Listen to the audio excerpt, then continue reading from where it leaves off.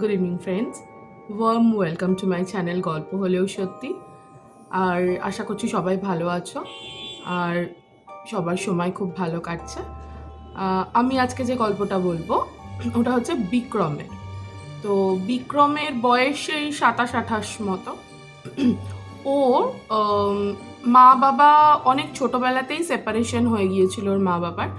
তো ওর মাও আলাদা আর বাবা আলাদা সংসার করছিল, তো ওর দায়িত্ব কেউ নেয়নি।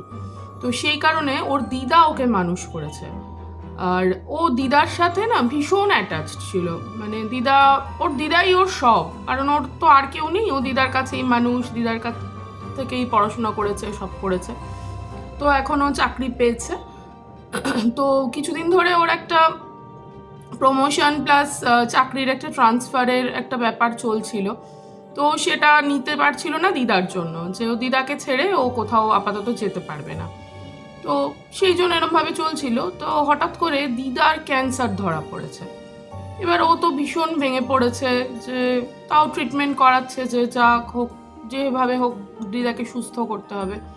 কিন্তু 4th স্টেজ ক্যান্সার, কোনোভাবেই দিদাকে ও সুস্থ করতে পারলো না। ওর দিদা ওকে ছেড়ে চলে গেল।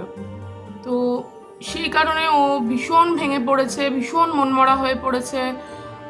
বাড়িতে মানে অফিসও যেতে পারছে না ঠিকমতো, ভীষণ মনমরা হয়ে পড়েছে। তো ওই কারণে ওই কলিগরা ওকে বলল যে তুমি এক কাজ করো, তুমি বরং ট্রান্সফার নিয়ে নাও, এই বাড়িটায় থাকলে তোমার আরও তো দিদার কথা মনে পড়বে। তুমি ট্রান্সফার নিয়ে, তোমার তো ট্রান্সফারটাও আটকে ছিল, প্রমোশনও হবে, তো ট্রান্সফার নিয়ে তুমি একটা কোথাও চলে যাও, তাহলে তোমার একটু দিদার জন্য মন খারাপটা একটু কম হবে। ও রাজি হলো, ঠিক আছে তাহলে সেটাই করতে হবে। তো সেটা করে ওর ট্রান্সফার হলো হচ্ছে হায়দ্রাবাদে। তো হায়দ্রাবাদে ও প্রথমে একটা রেন্টেড ফ্ল্যাটে, ও প্রথমেই গিয়ে তো সেরকম খুঁজে পাচ্ছিল না কিছু, একটা ব্রোকারকে ধরেছিল। তো একটা রেন্টেড ফ্ল্যাট ঠিক করে দেয়, তো ওটার মধ্যে ওরা শেয়ার করে থাকতে হচ্ছিল দুজনকে। এবার ওর ঠিক ভালো লাগছিল না শেয়ার করে থাকতে, ও বারবারই ব্রোকারকে বলছিল দেখুন একটু বাড়ি টাড়ি খুঁজুন যেখানে আমি একটু একা থাকতে পারি, এরকম। তো ব্রোকার অবশেষে একটা বাড়ির খোঁজ দিল ওকে। এবার সেটা একটু অফিস থেকে একটু দূরত্বে, একটু নির্জন জায়গায়। ওখানে বললো যে একটু আপনার অফিস থেকে দূর হবে, একটা বাড়ি পেয়েছি, আপনি কি দেখবেন? তো বললো হ্যাঁ চলুন, বলে ও দেখতে গেছে। ব্রোকারের সাথে দেখে ওর বাড়িটা ভীষণ পছন্দ হয়েছে। দোতলা বাড়ি, বেশ মোটামুটি সুন্দর। আর নিচে দুটো বড় বড় বেডরুম আছে, একটা ড্রয়িং রুম আছে, আর হচ্ছে একটা সিঁড়ির তলা একটা কিচেন আছে, আর এটাই। আর উপরতলাটা হচ্ছে ওনারের, উপরতলাটা ও ভাড়া পায়নি। তো আর ভাড়াও বেশ রিজনেবল, মানে ও যেটা এক্সপেক্টই করেনি যে এত কমে পেয়ে যাবে। ও নিয়ে তো একদম এক পায়ে খাড়া, ওটা নিয়ে নেবে ও। এবার তো এক সপ্তাহের মধ্যেই ও ওইখানটা ভাড়া নিয়ে নিল। ভাড়া নিয়ে ওই জিনিসপত্র গোছগাছ করতে তো 2-3 দিন লেগেইছে। আর একটা বাইকও বুক করে দিল, কারণ হচ্ছে ওর ওইখান থেকে বেশ যেতে তো অনেকটা, অফিসের দূরত্বটা একটু বেশি হয়ে গেছিল। একটা বাইকও বুক করে নিল, দিয়ে ওর মোটামুটি এইভাবে 2-3 দিন ওই গোছগাছ করে সমস্ত ঠিকঠাক করতে ওর লেগে গেল। এবার ও যেদিন ওইখান থেকে ফার্স্ট ও অফিস যাবে, ও বাইকের কাছে এসে দাঁড়াতেই দেখছে একটা বল পড়ে আছে বাইকের পাশে। এবার ও ভাবলো পাড়ার কোনো বাচ্চা টাচ্চা খেলেছে, হয়তো খেলতে খেলতে এসে পড়েছে, ও যার বল সে নিয়ে যাবে এসে। ও বাইকটা বার করে নিতে যাচ্ছে, সেই সময় দেখছে যে ওর বাড়ির লাগোয়া একদম একটা পাঁচিল, ওই পাঁচিলের পাশ পরে আরেকটা বিল্ডিং।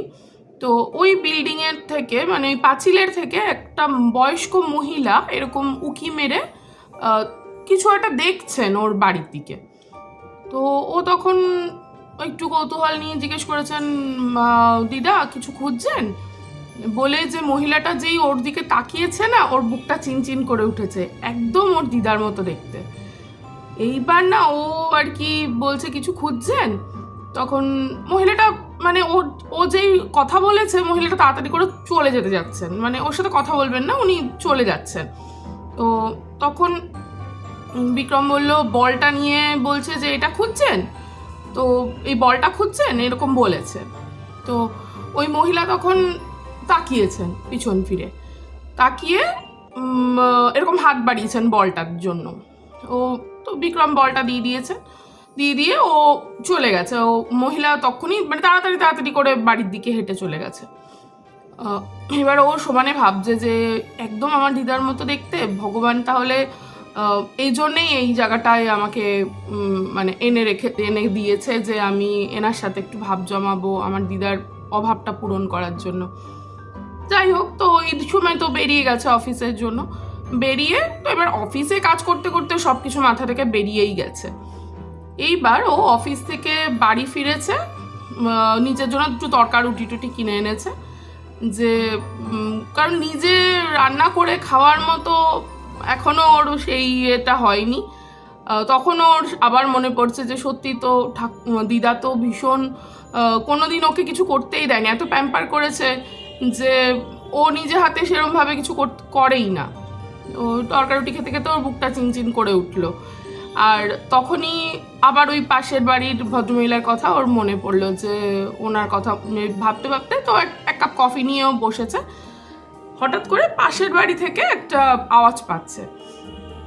তো শুনছে যে একজন বয়স্ক মহিলা বলছে, আরে খেয়ে নে, আর কত দৌড়াবো তোর পেছনে, আর আমি পারি বলতো, আমার বয়স হচ্ছে না, আমি আর দৌড়াতে পারি তোর পেছনে, নে খেয়ে নে। ও এটা হিন্দিতেই হয়েছিল, কথাবার্তাগুলো হিন্দিতেই বলছিল, আমি বাংলায় বলছি। তো এবার এরকম ও ভাবছে যে ও আর কি খুব হয়ে যে ভেবেছে আরেকবার ওনাকে দেখতে পাবে, ওই জন্য জানলার ধারে গিয়ে দাঁড়িয়েছে। তো দেখছে যে বাড়িটা না একদম অন্ধকার মতো, বাড়িটা সেরমভাবে কোনো আলো টালো জ্বলছে না, কিছু না। এইবার দেখছে যে একটা বল ছুঁড়ে উঠানে চলে এলো। ওই সকালবেলা যে বলটা ও দিয়েছিল ওইটা উঠানে কেউ ছুঁড়ে দিল আর কি। এইবার ওই মহিলা বলছেন, এই এক তোর হয়েছে বল ছুঁড়ে দেওয়া, বল পাশের বাড়ি চলে যাচ্ছে, সকালবেলা বল পাশের বাড়ি চলে গেছিলো, আমি গিয়ে নিয়ে আসলাম, একদম বল এইভাবে ছুঁড়বি না বলে উনি বাইরে এসে বলটা নিয়ে আবার চলে গেলেন। এবার বিক্রম আবার ঘরে এসে বসে ও একটা ওয়েব সিরিজ চালু করেছিল, তো সেটাই দেখতে দেখতে আমার কথা ওই রাতটা কেটে গেছে। পরের দিন সকালবেলা বিক্রম যখন অফিসে যাওয়ার জন্য বাইকটা বার করছে, তখন দেখছে যে ওই মহিলা অনেক বাসন নিয়ে বসেছেন, বসে বাসন মাজছেন। এর বিক্রম ওই দিকটা তাকিয়ে ওর মানে খুব রাগ হলো যে ওনার ছেলে একটা লোক রাখতে পারে না, এখন বয়স হয়ে গেছে ওনার, এত বাসন মাজছেন, একটা লোকও তো রাখতে পারে। তারপরেই আবার ওর নিজের মনে হচ্ছে যে বাড়িটা একটু জরাজীর্ণ মনে হচ্ছে, তেমন হয়তো ও হায়দ্রাবাদ তো বেশ মানে এক্সপেন্সিভ সিটি, তো হয়তো ও এফোর্ড করতে পারছে না, সেই জন্য ওনাকে বাসন মাজতে হচ্ছে। যাই হোক, এইসব ভাবতে ভাবতে ও আবার অফিস চলে গেছে। এবার অফিসে গিয়ে আবার তো যথারীতি অফিসের কাজকর্ম করেছে। ফেরার পরে আবার যথারীতি ও সন্ধেবেলা আবার ওরকম মহিলার গলা শুনছেন যে আজকে তোমাকে বললাম পনির আনতে, তুমি আনলে না, জানো না বেটা পনির ছাড়া খেতে পারে না। ঠিক আছে, তোমার আনতে হবে না, কাল সকালে আমি গিয়ে পনির নিয়ে আসবো। এরকম শুনলো। আবার খানিক্ষণ পরে শুনছে, খেয়ে নে বেটা, আজকে পনির ছাড়াই খেয়ে নে, কালকে আমি ঠিক তোর জন্য পনির নিয়ে আসবো। আর ভাতের থালা নিয়ে তোর পেছন দৌড়াতে পারছি না। এবার বিক্রমের ঠিক মানে নিজের ছোটবেলাটা মনে পড়ছে যে এইগুলোই হতো ওর সাথে, ওর দিদাও এইগুলোই করতো, ভাতের থালা নিয়ে ওর পেছনে দৌড়াতো, ওর সাথে বল খেলতো। তো মানে ওর ভীষণ মনটা খারাপ হয়ে যাচ্ছে যে ওনার সাথে একটুখানি কথা বলতে পারছে না। তো এই বলে ও আর কি আবার রাত্রিবেলা যা হোক ঘুমিয়ে পড়েছে। পরের দিন সকালে আবার যখন বাইক বার করছে, ও যখন অফিস যাবে, তখন আবার দেখছে যে ওই মহিলা বেশ ঘাম মুছতে মুছতে এরকম বাজার থেকে হাতে বাজারের থলি ফিরছে। তো তখন বিক্রম বলছে, আমি নেব, আপনার থেকে নেব। তো মহিলা কোনো মানে একদম ভীষণ বিরক্ত হয়ে তাড়াতাড়ি করে গেট খুলে ভেতরে ঢুকে গেছে। এবার বিক্রমের একটু অভিমান হচ্ছে যে কেন এরকম করছে, উনি কথা কেন বলছেন না। তো যাই হোক, এখন ওর তো আর কিছু করার নেই, ও ওইভাবেই চলছে। এইভাবে মাসখানেক প্রায় গেছে, এইরকমই চলে। কিন্তু ও ওই বাড়ি থেকে কিন্তু ওই মহিলার ছাড়া আর কারোর গলার আওয়াজ পায়নি, শুধু ওই বলটা মাঝে মাঝে ও দেখে যে বলটা বাইরে এসছে, ওটাকে উনি নিয়ে যাচ্ছেন, এরকম মানে। আর উনি মানে ওনার ভয়েসটাই শোনেন, কিন্তু উনি আবার বিক্রমের সাথে কথা বলেন না। যাই হোক, তো এরকমভাবে কিছুদিন চলতে চলতে মাসখানেক প্রায় হতে যাচ্ছে।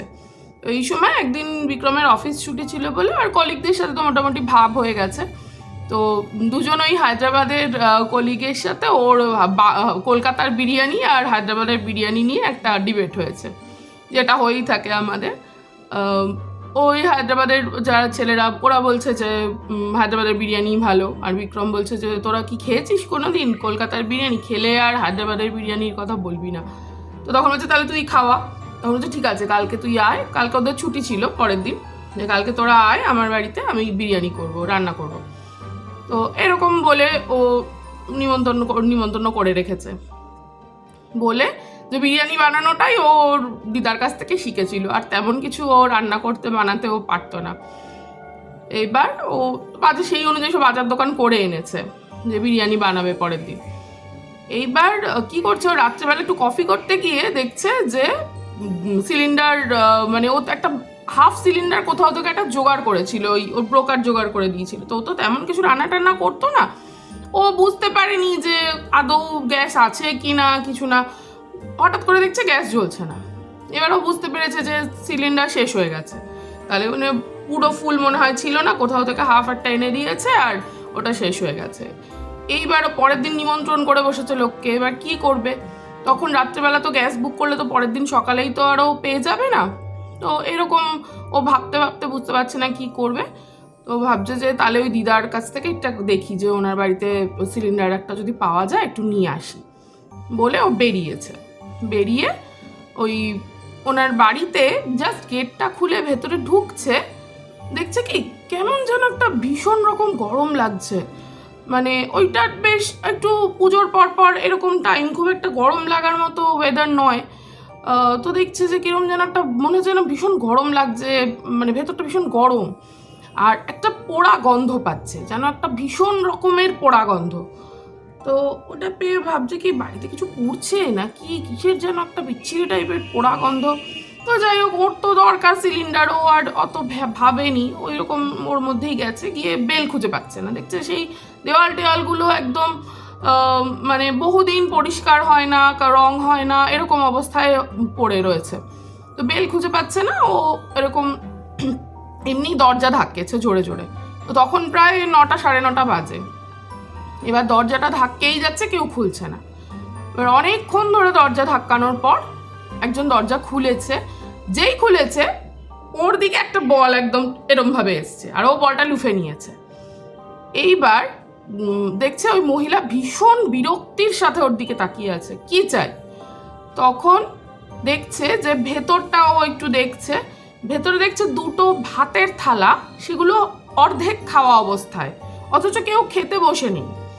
কিন্তু দুটো থালা রয়েছে, তার মধ্যে অর্ধেক খাওয়া ভাত এরকম রয়েছে, কিন্তু কেউ খাচ্ছে না, মানে যেন কেউ খেতে খেতে উঠে চলে গেছে, এরকম। তো ও একটু অবাক হয়েছে, তো বলেছে যে দিদা এরকম আমাকে একটা সিলিন্ডারের ব্যবস্থা করে দিতে পারেন, আমার সিলিন্ডারটা শেষ হয়ে গেছে, আমি বুক করে দিয়েছি, কিন্তু আমার আসলেই আমি আপনাকে দিয়ে যাব এসে।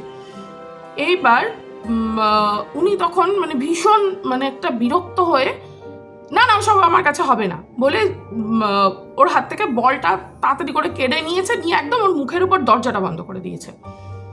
এইবার বিক্রম না ভীষণ আপসেট হয়ে গেছে যে আর এনার সাথে আর মানে এনার কথা ভাববও না, এনার সাথে আর এনার বাড়ির দিকে আসবও না, এনার কথা আর ভাববো না। অ্যাকচুয়ালি ও ভীষণ না ওই দিদার জন্য ওর মন খারাপ লাগতে লাগতে ওনাকে একটা দিদা ভেবে ফেলেছিল। তখন ও মনে মনে ভাবতে ভাবতে বাড়ি ফিরছে যে আমার দিদা এরকম কারোর সাথে বাজে ব্যবহার কোনোদিন করতো না, করার কথা ভাবতেও না যে কারোর সাথে বাজে ব্যবহার করবে।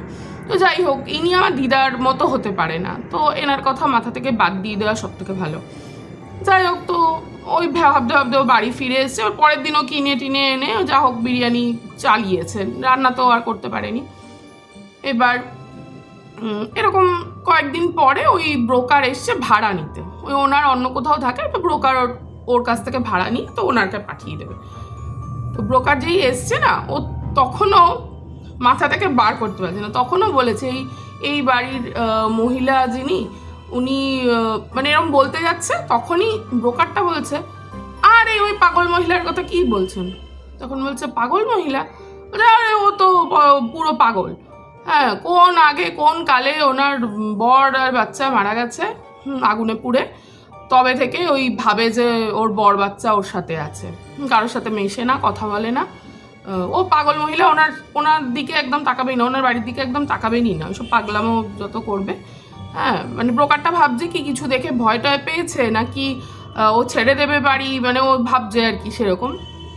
তো ও তখন বলছে যে তাই উনি পাগল? বলছে যে হ্যাঁ পাগল ছাড়া কি, যে ভাবে যে 35-40 বছর আগে ওনার বর বাচ্চা মারা গেছে আর এখনো ভাবছে যে এখনো ওর সাথে থাকে, তা পাগল ছাড়া কি।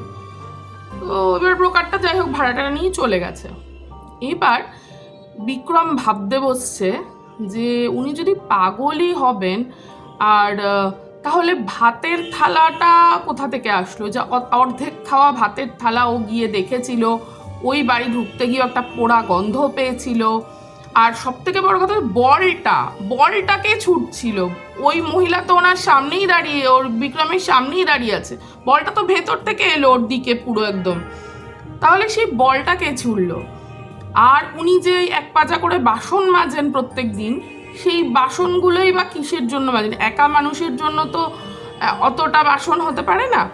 আর ভাতের থালাটাও ও কিন্তু দেখেছিল যে ওটা খানিকটা খাওয়া ভাতের থালা, ফাঁকা, মানে পুরো যে ফাঁকা ভাতের মানে বা ভর্তি ভাতের থালা বা ফাঁকা তা না, খানিকটা খাওয়া, অর্ধেক খাওয়া।